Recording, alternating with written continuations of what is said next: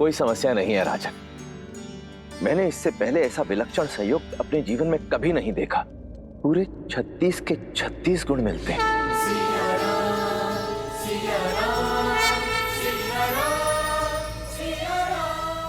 ऐसा प्रतीत होता है जैसे देवी सीता और श्री राम का साथ जन्मों जन्मों का है।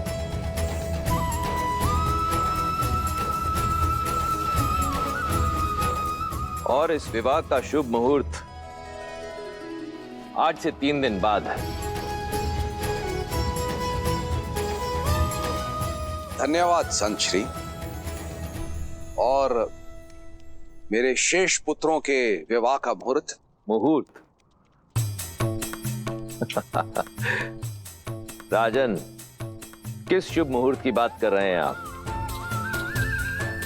जिनके मिलन को स्वयं महादेव ने रचा है, जिस क्षण का साक्षी बनने के लिए समस्त ब्रह्मांड सज रहा है, वो क्षण है श्री राम और देवी सीता के विवाह का मुहूर्त। अब भला इससे शुभ मुहूर्त और क्या हो सकता है? आपके चारों पुत्रों का विवाह एक ही दिन एक ही मंडप में होगा और इस विवाह का प्रबंध मैं स्वयं करूंगा।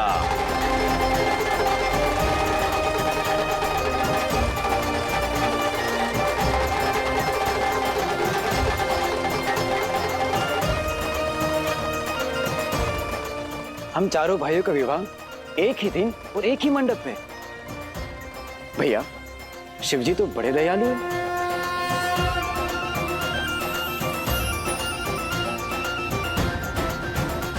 मेरे राम का विवाह है महाराज, ये अवसर मुझसे मत छीनिए। मैं अपने राम को फेरे लेते हुए देखना चाहती हूँ। हमारे पुत्र भरत के विवाह में उसकी माता अवश्य उपस्थित होगी।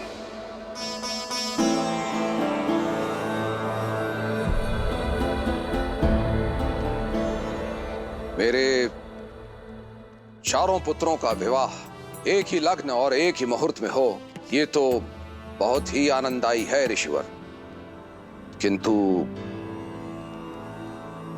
इस कारण मैं एक धर्म संकट में आ गया हूं।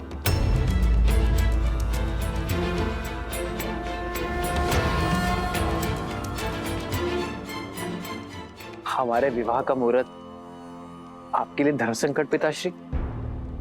धर्म संकट का कारण विवाह का मुहूर्त नहीं है राम। धर्म संकट का कारण है एक वचन।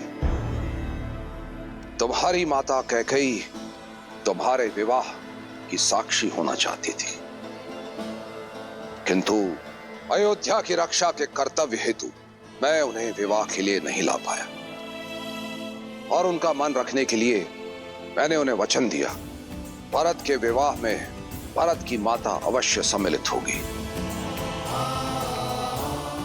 किंतु अब यह कैसे संभव है?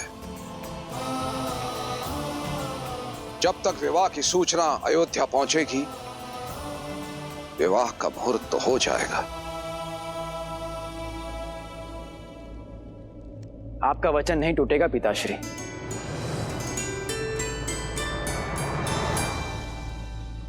वो इसलिए क्योंकि मेरे विवाह को देखने हेतु मेरी एक माता अवश्य उपस्थित होगी।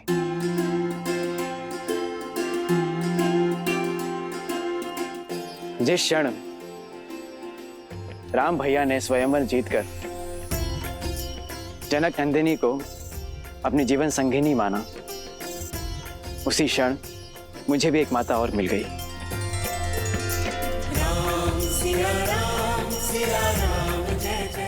शास्त्रों का कथन और अयोध्या की मर्यादा यही है कि बड़े भाई की पत्नी का स्थान देवर के लिए माता के समान होता है।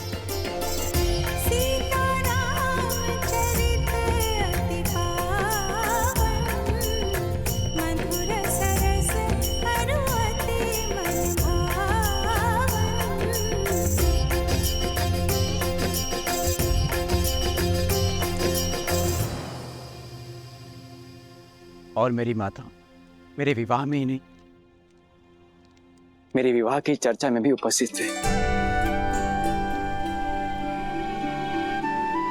माता, भैया ने सदैव पिता का स्नेह और सुरक्षा तो दी ही है, क्या आप भी उसी प्रकार अपने इस पुत्र पर आशीर्वाद बनाए रखेंगे?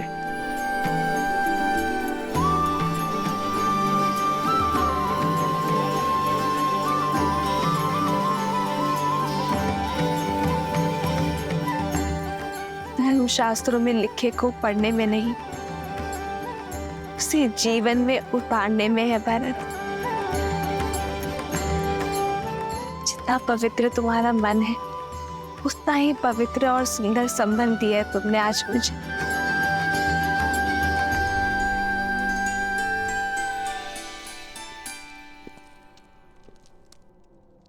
भरत, उठो भरत।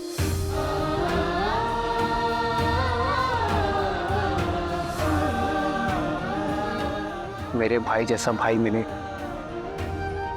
तो धर्म की पूर्ति के लिए संतान की आवश्यकता नहीं।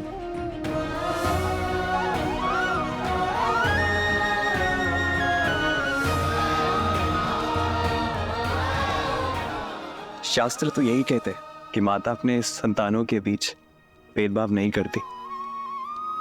क्या केवल आप भरत भैया को ही आशीर्वाद देंगे भाभी माँ, हमें नहीं?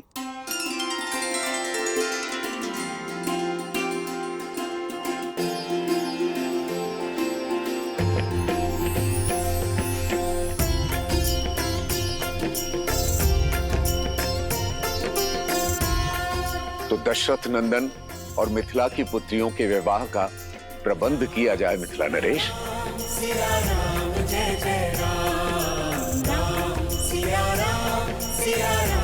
चिरंजीव महाराज दशरथ, ये मेरा अनुज है कुशाध्वज, प्रणाम। और उनकी पत्नी चंद्रभागा, मांडवी और श्रुतकीर्ति के माता पिता। जी, आपसे भेंट करके बहुत प्रसन्नता हुई। आपकी पुत्रियां बहुत गुणवान हैं। क्षमा करना कुशाध्वज, कदाचित मैंने तुम्हारा अधिकार छीन लिया। तुम दोनों उपस्थित नहीं थे और तुम लोग से संपर्क भी नहीं हो पा रहा था। मैंने बिना तुम्हारी अनुमति के तुम्हारी दोनों पुत्रियों का विवाह निश्चित कर दिया। विवाह? विवाह? यह अधिकार तो आप ही का था भैया। हाँ जयश्री, जन्म भले ही मैंने दिया है श्रुतकीर्ति और मांडवी को, परंतु पाला तो आप ही ने है। हम तो सदैव ज्ञान की प्राप्ति के लिए यहाँ वहाँ भ्रमण करते रहे, इसलिए पहला अधिकार तो आप दोनों का ही है। और आपसे अच्छा हमारी पुत्रियों का हित कोई नहीं सोच सकता। उचित समय पर आए। नगर में विवाह की शोभा यात्रा आरंभ हो गई है।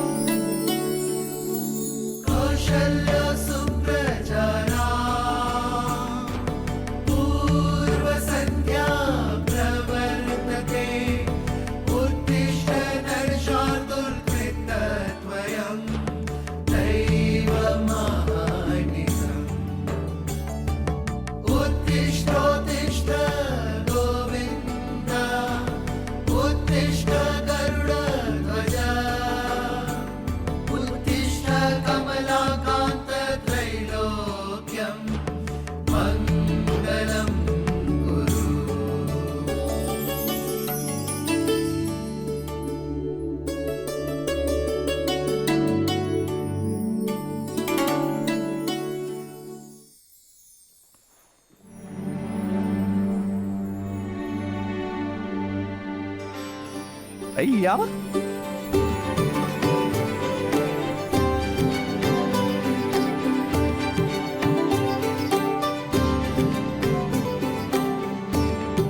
सज्ज हो जाइए भैया, आज से विवाह रीतियां आरंभ होने वाली हैं आपकी। जी हाँ भैया। केवल राम भैया की नहीं लक्ष्मण भैया, अब तो हम सब की होने वाली है। शुभ घड़ी तो है। इतने वर्षों से स्वतंत्र हमारा शत्रुघ्न इसी बंधन में तो बंधेगा भैया।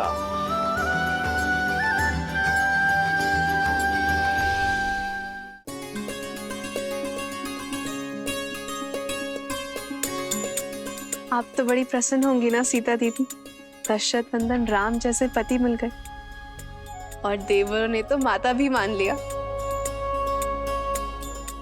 और वो देवर हमारे पति भी होंगे। उनके साथ साथ हमें भी तो सीता दीदी के चरण स्पर्श करने होंगे ना।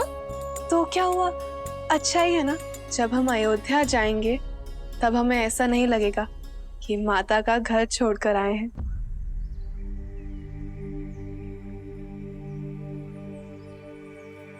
क्या हुआ दीदी, आप अचानक गंभीर हो गई? माता पिताश्री का विचार आया। वर्षों तक हमें लाड से पाला और अब अचानक हम सब उन्हें छोड़कर चले जाएंगे।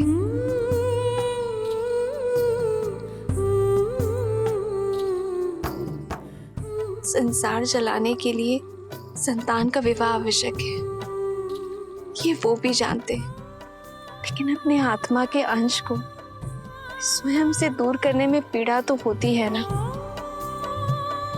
जाने क्या बीत रही होगी पिताश्री पर।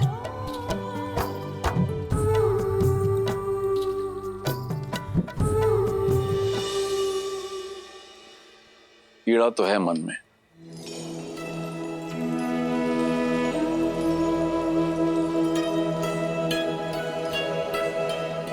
किंतु दशरथ नंदन जैसे पुत्रों को पाने का आनंद भी है। हाँ, तुम्हारी माता थोड़ी विचलित है।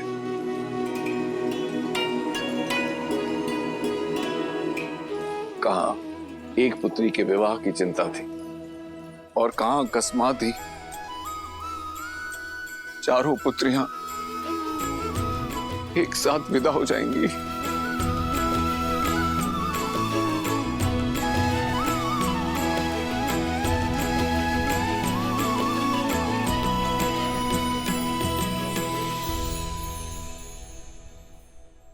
अरे तुम चारों अब तक सज नहीं हो। नदी से पावन माटी लाने जाना है और आप अब तक यही हैं। कितनी सारी तैयारियां करनी है, कितनी सारी रीतियां हैं। चलिए। माँ, हम सब सज हैं, बस आपको होना है। माँ, आप हमें बचपन में अपने साथ बिठाकर रंगोली सिखाती थी ना, आज फिर से करें।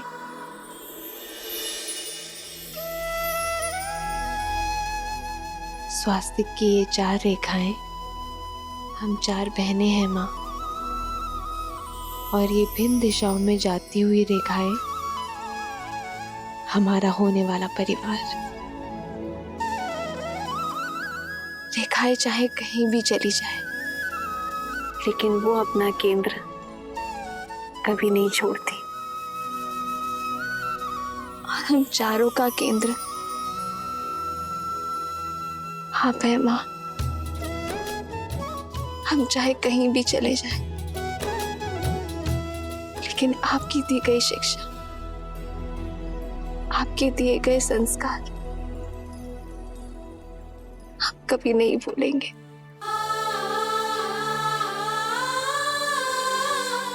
आपकी पुत्रियां मिथिला से दूर अवश्य जा रही हैं, लेकिन हमारे अंदर से मिथिला को कोई दूर नहीं कर सकता माँ। और जब हम दूर ही नहीं जा रहे हैं, तो फिर चिंता कैसी?